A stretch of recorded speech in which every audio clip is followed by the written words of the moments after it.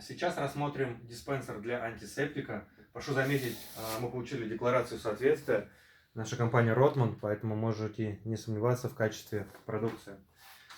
Придет к вам диспенсер в такой картонной упаковке. Давайте посмотрим, что внутри.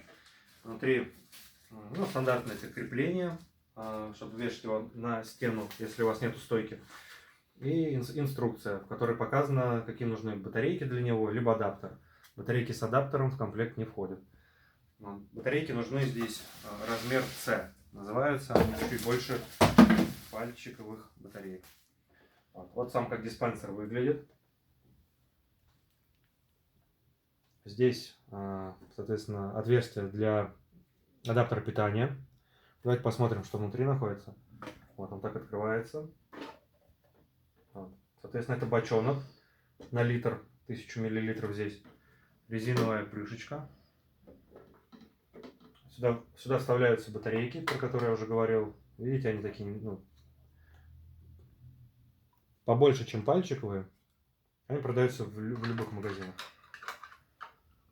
Также вы можете их заказать у нас на нашем сайте.